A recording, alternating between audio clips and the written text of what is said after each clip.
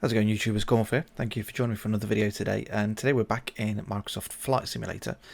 And I just thought I would show you basically how to get started in an Airbus series aircraft.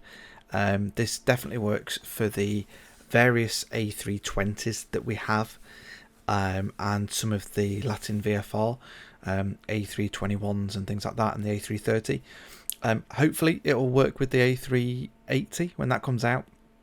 It appears that a lot of the Airbus aircraft from a certain generation at least is quite easy to set up, get from cold and dark state. Some aircraft, when you buy them, they are set up so they automatically come on to a certain state. We can tackle that in another video. If you're interested in that, drop a comment below. I can show you how to set up the various aircraft. But we're in the fly-by-wire because it's free. Amazing freeware. And if you want to know other bits and whatnot, let me know and we can do that. But let's get into the aircraft and I'll show you how you can get the aircraft started. Okay, so we're in the aircraft and as you can see, it's all off, nothing's on. Sorry if it's a little bit jittery. I'm trying to record this and be in the sim at the same time, and it appears it's maybe a bit too much. Anyway, so I recommend mapping some views, some keys that you can do. I have it set up on my Stream Deck. Again, probably can go over that in another video if people are interested in that. But let's go up to the top panel. So this is where you want to be. You can see you've got some voltage on the batteries just there, which is good. It means we're good to go. We don't have to go straight for the external power. So you always want to turn on your batteries first. So turn them on and you'll hear some noise. A few lights will come on. This certain noises and some of the lights that come on will be different in different variations of the aircraft, like in the Phoenix, the Airbus A330 and things like that. So we've got that on, and then what I recommend doing is we'll turn the aircraft oxygen supply on and then just flick your navs on. So this will be your navigation displays, etc., that will start aligning themselves with where you are, etc., the altitude and whatnot.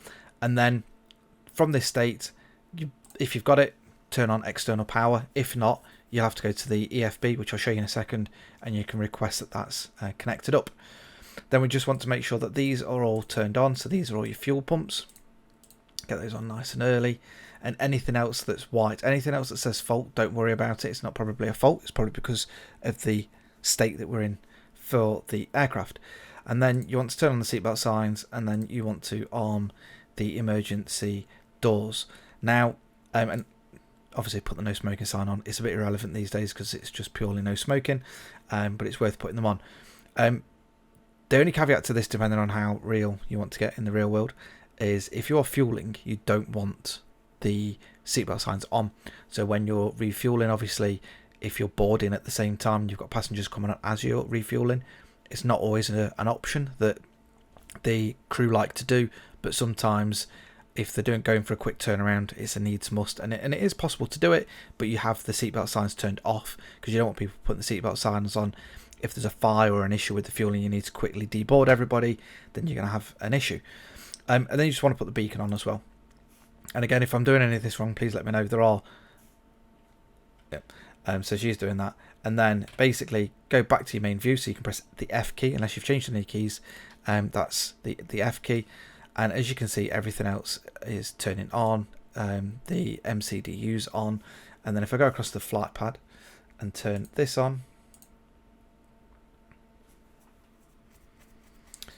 you can see that this is on here. And if you go into the settings here, and you can do sim options, you can set the mercury settings, so what pressurization you're in, whether it's inches of mercury or I can't remember what the other one's called, but you can set that here. I've got that as auto. You've got all your flight pan things here as well, sim bridge, etc. Calibrate your throttles in here, and then there's also I think, is it under realism? Yeah, so to align your ADIRS, which is what we've just done, I've got it set to instant. You can do it fast or real. If it's on real, it can take 5 to 10 minutes to do. So if it is taking a while, come in here, have a look, do that. Everything else is just set to fast, just so I can get up and running as soon as I can. So that is the a quick look at the EFB. There's other things in here we can do, and if we went into the ground option, so the little cart here, and you wanted a ground power unit, press it there. It's not selected on here, but I do have one, but that's because I've got GSX installed as well. So I use GSX over some of the stuff in the EFB just here. So we're in a state now where you can go down into the MCDU, start programming the aircraft, and you're good to go. I always like to just stow these armrests away, mainly on my side, just so I can see everything else down here. But you've got your MCDU here, so once you've filled in your flight plan, done all that kinds of stuff, I can go through my method if that's interesting to anyone, of how I do that in a separate video. But something I did want to show you down here, this is more prevalent to the Phoenix aircraft, but they're in up on here. So on the Phoenix aircraft, I'll show you when we go into that, you can actually press these on and off, and once the cabin is secure, they'll ring you and you can press that and you actually get the audio. And the PA which we're hearing now, you can press here and turn it up and go from there. But that is a very detailed modelled aircraft. It's like one of the best, if not the best, that's around. So we've got all this on here. You can always check on this center console. Again, sorry for the juttering, just to make sure that there's nothing outstanding. And this shows you what doors you've got open. And then from here, if you wanted to start the aircraft, I would make sure that you've got your strobe on, just in case. Don't need any lights on just yet. You can put the wing lights on. I like to have the wing lights on. And then to start the APU, hit the master switch and give that a couple of minutes and then hit start. And then what that does, that opens up the APU at the back of the aircraft, and then it will start that running. And if the sim doesn't go crazy on me, we should be able to see the APU kicking in just down here. So you can see all this coming up. And if we head outside of the aircraft, you'll be able to hear that starting to kick up. I think I said at the start of the video, but we're just at the LAX. I think it's the Innie Builds LAX. So you can hear the APU starting up. And so this is presuming you... So what I would normally do is start up the aircraft, then do my MCDU things, and then as I'm doing my other checks and getting prepared for pushback, I then start the APU, because something to bear in mind is once you start the APU, it starts burning fuel. So just be aware of that when you're doing your fuel calculations. So let's go back into the aircraft here. So that might be up and running now. Yeah, so once it says available here, you just click APU bleed, and then you can take the external power off, hear a little clunk, and you're on the aircraft. And then obviously you wait for pushback. So once you start pushing back, depending on what app you're using or what, if you are using anything, you can use the default one to actually do your pushbacks. But once you are ready to go, you wouldn't really turn on any lights just yet, because you don't want to blind the poor guys that are doing the taxi. But once you start pushing back, you can then start the engines. So I have the thrustmaster levers next to me, but you turn this knob here into ignition start, which is to the right. Flick that there. They'll let you know if you're using GSX or something like that. They'll let you know that the aircraft is ready to start, ready to go. And then engine 2, 9 times out of 10 is the one that you start first. And then you'll come down here, and then you might be able to hear it in the background, it gradually starting up. And we'll just give that a minute to kick in, and you'll see the slightly different. This is more fuel consumption and oil heat here. There you go. I do love the fuel, especially the sound, especially, and I think it's mainly in the 737s when you go from engine to engine. When we start the second engine, you get that like really deep noise. It's amazing. So we'll just wait for this to get going, and in a minute it'll say available up here, and that's when we can start engine number 1.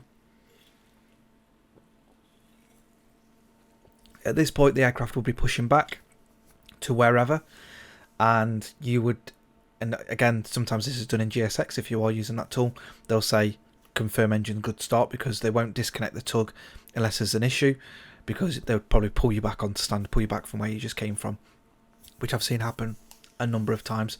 So you can see the pressure's coming up. We've got the oil there, and then we've got available. So once you see that available, just flick in engine number 1.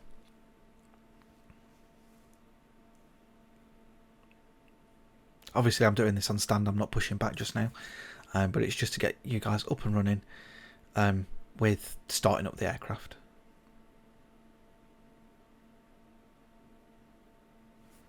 And then let's just, oh, so you can hear it, the engine kicking in. Let's just hop outside.